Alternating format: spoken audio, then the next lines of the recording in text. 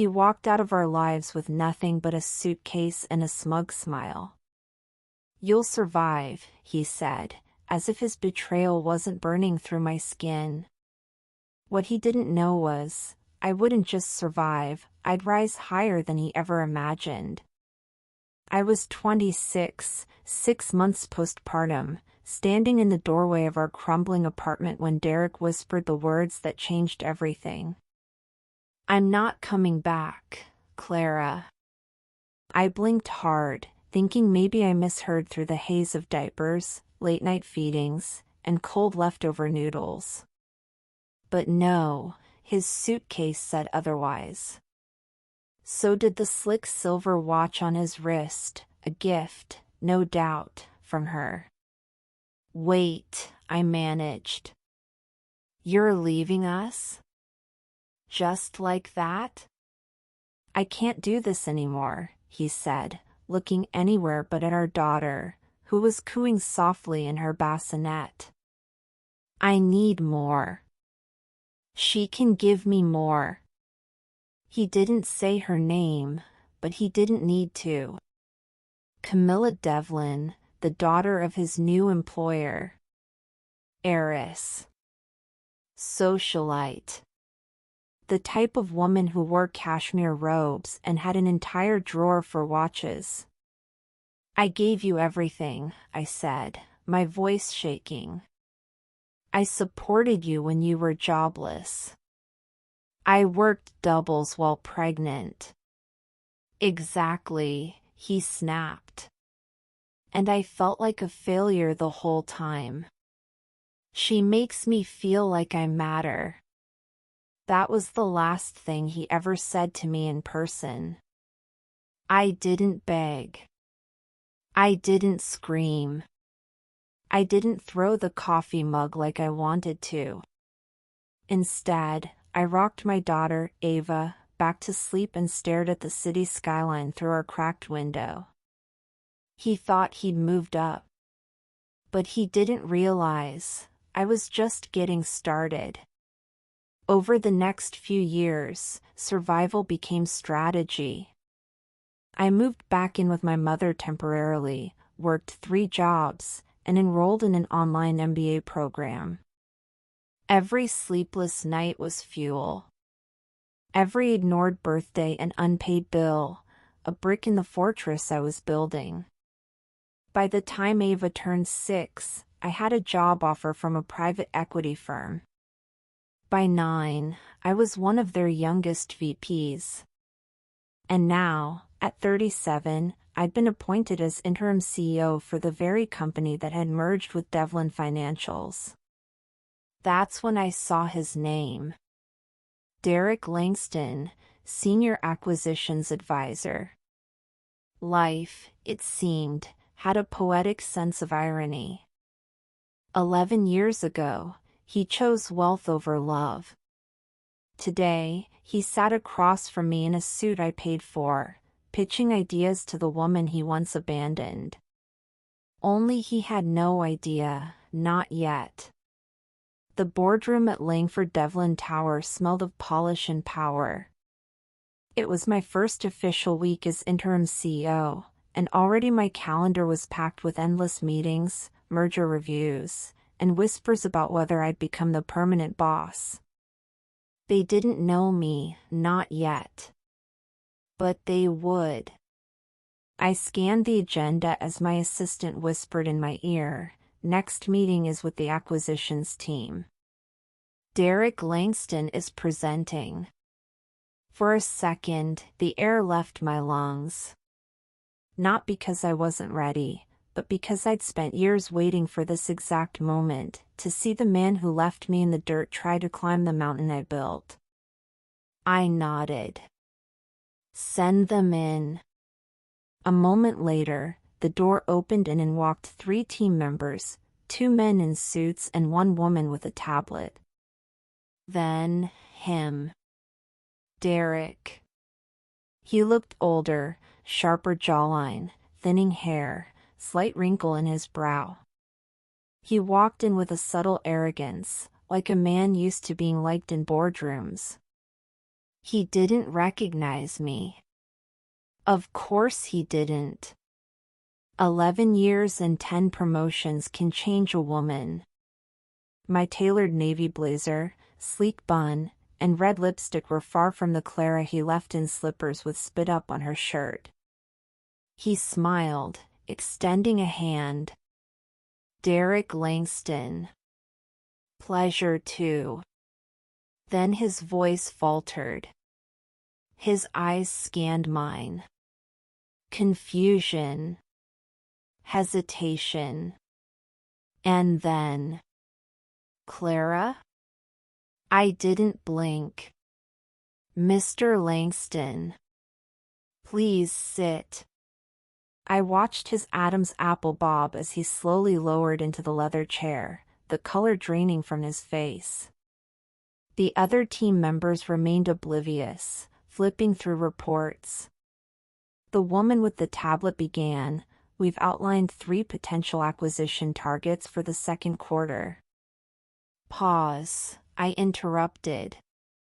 The room stilled. I turned to Derek.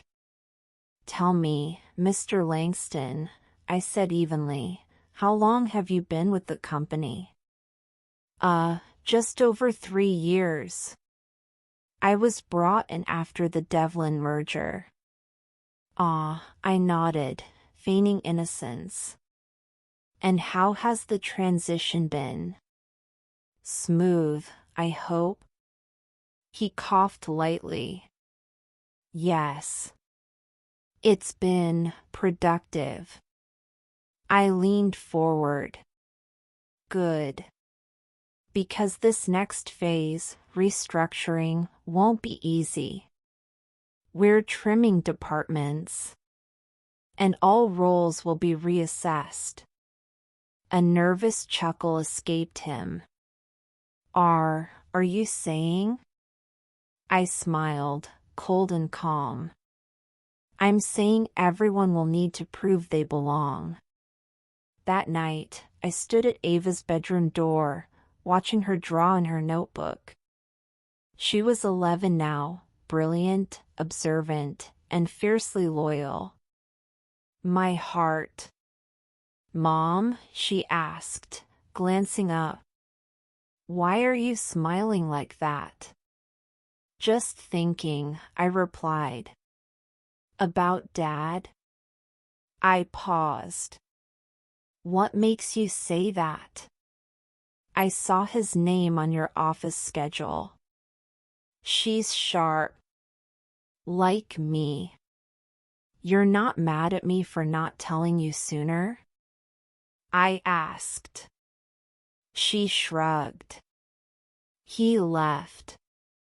You didn't. That's all I care about. And with that, she went back to drawing. The man who left me penniless with a newborn was now sitting across from me, offering loyalty like it was currency. But I didn't want his loyalty. I wanted his reality to collapse like mine once did. Derek had been quiet since the meeting, more like stunned. Word spread quickly that the new interim CEO was unshakable. Ruthless even. But none of them knew why my eyes locked onto Derek longer than anyone else's. Except him. 3 days later, he requested a one-on-one meeting. I approved it. Not because I needed clarity, but because I wanted to see what version of himself he'd sell this time. He entered my office, more polished this time. Suit freshly pressed, posture calculated, voice rehearsed. Clara, he began, sitting before I offered. I raised an eyebrow. You've earned confidence, I see. He blinked, then exhaled. Look, I know this is unexpected. Seeing each other again. Like this. Unexpected? I echoed. You mean like being left alone with a 3-month-old and $19 in my bank account while you flew off to Aruba to marry Madison Westlake? He swallowed hard. Clara. No. Let's not do that, I cut in. Let's not pretend we can skip the wreckage. There was silence. He looked down at his hands, soft, well-manicured. A far cry from the man who once couldn't afford a bottle of milk without checking his bank balance twice. I made a mistake, he said finally. Back then, I didn't know how to be a father. I was scared. You weren't scared, I said, voice icy. You were ambitious. Madison's father promised you a job, a future. You picked the latter. You just didn't think I'd learn to climb one higher. He didn't argue. He couldn't. I came here to ask, he started again, then faltered. I leaned forward. What, Derek? I want to stay, he said. I know you're reviewing everyone. But I've done good work. My numbers. I know your numbers, I said calmly. And I know you leaked internal documents to Westlake Holdings 6 months ago. So don't talk to me about loyalty. His face drained of all color. You, how did? I'm not just your ex, I said. I'm your superior now. And unlike you, I never stopped paying attention. Later that night, Ava and I shared dinner on the balcony. The city sparkled below us. I was quiet. Thinking. Are you gonna fire him? She asked, chewing her pasta. I haven't decided yet. Why not? She said, eyes sharp. He fired himself a long time ago. Her words hit hard, not because she was wrong, but because she saw things so clearly. So simply. That's what this was about. Not power. Not revenge. Not even forgiveness. It was about showing her that love doesn't make you weak, it makes you wiser. He thought I'd never climb back up. Now I held the keys to everything he wanted. But revenge tastes best when served with clarity and control. The board meeting was tomorrow. And Derek knew it. His eyes followed me everywhere, in the corridors, in the glass reflection of conference rooms, in the fake smiles shared with others who were too intimidated to speak freely in my presence. But what Derek didn't realize was that the story was no longer about him. That evening, I received a message on the company portal. Anonymous, but I knew who it was. Clara, before the board meets, I just want a chance to explain. Not excuse. Just explain. Against every part of my rational brain, I agreed to meet. In public. A downtown cafe. Safe. Neutral. He arrived before I did. Wore the same scent he used to wear the day Ava was born. I noticed. I hated that I noticed. We sat. No small talk. I know what I did, he said. And no apology can reverse it. But I want to be honest about something I never told anyone. He leaned in. Madison's father didn't just offer me a job. He threatened to destroy me. Financially. Legally. He said I was ruining his daughter's life by being with you. Said he'd sue me for custody, spin stories about drug abuse to get Ava taken away. I didn't have the power to fight him. I froze. It sounded like a script. A desperate rewrite. But something in his eyes, something shaky, made me pause. I chose wrong, he continued. I betrayed you. I betrayed our daughter. I let fear make me a coward. But I'm not asking for a second chance. I just needed you to know. You deserved the truth. That night, I sat in Ava's room, brushing her hair like I used to when she was small. Do you think people can change? I asked. Ava shrugged. They can try. But some things leave scars, not lessons. She was wiser than her age, sharper than both her parents combined. I tucked her in, kissed her forehead, and went to my office. The next morning, the boardroom was tense. 10 executives. 2 lawyers. A vote on restructuring. And 1 seat left empty, Derek's. He walked in late, eyes locked on mine. Mr. Collier, I addressed him.